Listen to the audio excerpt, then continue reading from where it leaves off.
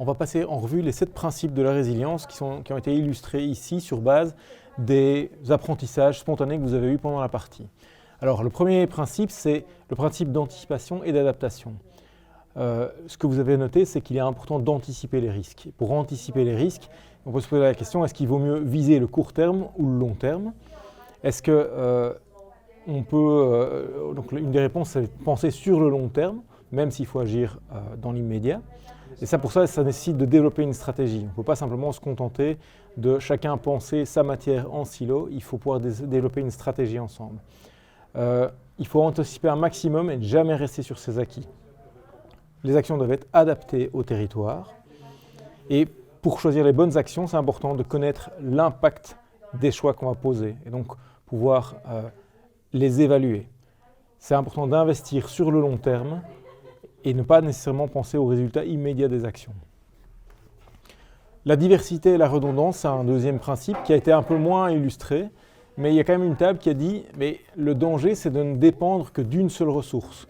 Alors par exemple, si on est sur un territoire où la majorité de l'emploi revient à un seul employeur, une grosse usine, si cette usine ferme, tout le territoire a un problème d'emploi. Alors que si c'est un grand nombre de petites usines, si on a une qui ferme, c'est moins grave. La robustesse et l'effet tampon, c'est le troisième principe. Pour pouvoir avoir un effet tampon, il est nécessaire de choisir maintenant des actions qui vont aider à réduire les impacts des chocs. Si on peut essayer d'anticiper ces chocs futurs, on peut essayer de les préparer. Pour ça, grâce à ça, on développe une résilience qui permet de rebondir. Et alors, il y a quelqu'un qui pointait notre dépendance ou aller vers une indépendance aux produits chinois. Si on est trop dépendant de matières qu'on ne maîtrise pas sur notre sol, évidemment, on risque d'être très fragile en cas de choc. Quatrième principe, c'est le fait d'avoir une approche agile et systémique.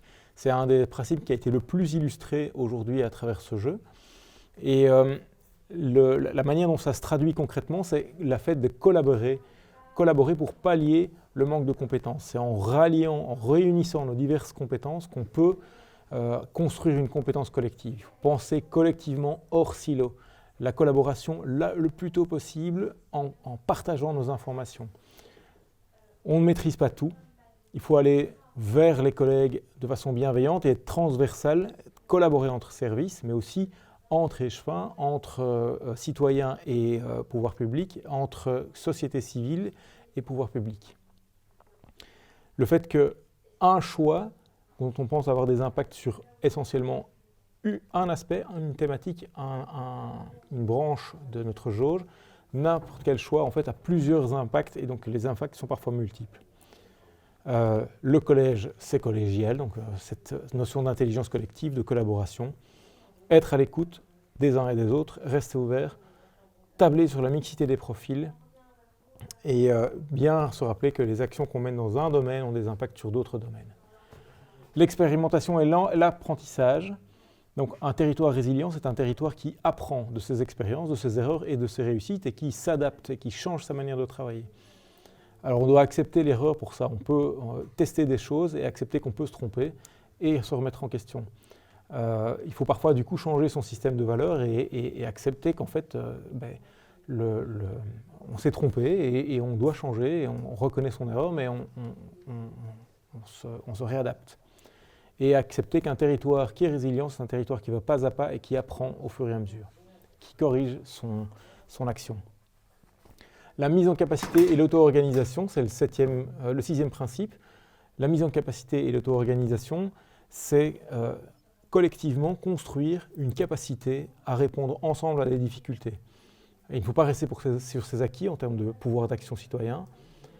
Ça nécessite de la bonne volonté, une gouvernance partagée où chacun connaît sa place et où l'apport de chacun est valorisé. Il faut dépasser les difficultés de la participation citoyenne. C'est vrai qu'au début, ça peut nécessiter un rodage, ça peut nécessiter un apprentissage pour que les pouvoirs publics et les citoyens se parlent correctement. Mais une fois ces difficultés dépassées, c'est là qu'on commence à avoir des résultats. L'importance de l'acceptabilité sociale dans les politiques publiques. C'est clair que si le politique ne pense pas d'abord à mettre en capacité sa population à accepter des changements, à les porter, elle risque de se heurter à de la résistance. Il faut éviter les clivages entre nantis et précarisés, de façon générale entre différentes classes de la société. Et on a pointé également l'importance de la cohérence entre les politiques publiques et les actions.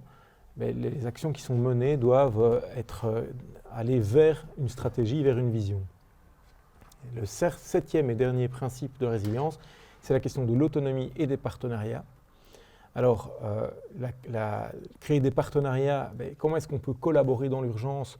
C'est difficile, et donc pour pouvoir collaborer dans l'urgence, c'est important de préparer et d'entraîner sa collaboration dans les moments où l'urgence n'est pas là. La question, c'est est-ce que c'est possible de collaborer au sein d'un collège? Et donc plusieurs participants posaient cette question-là. Est-ce qu'on peut dépasser les clivages politiques? Et enfin, un territoire résilient, ce sont des personnes résilientes qui croient en leur capacité à apporter un changement et qui œuvrent ensemble.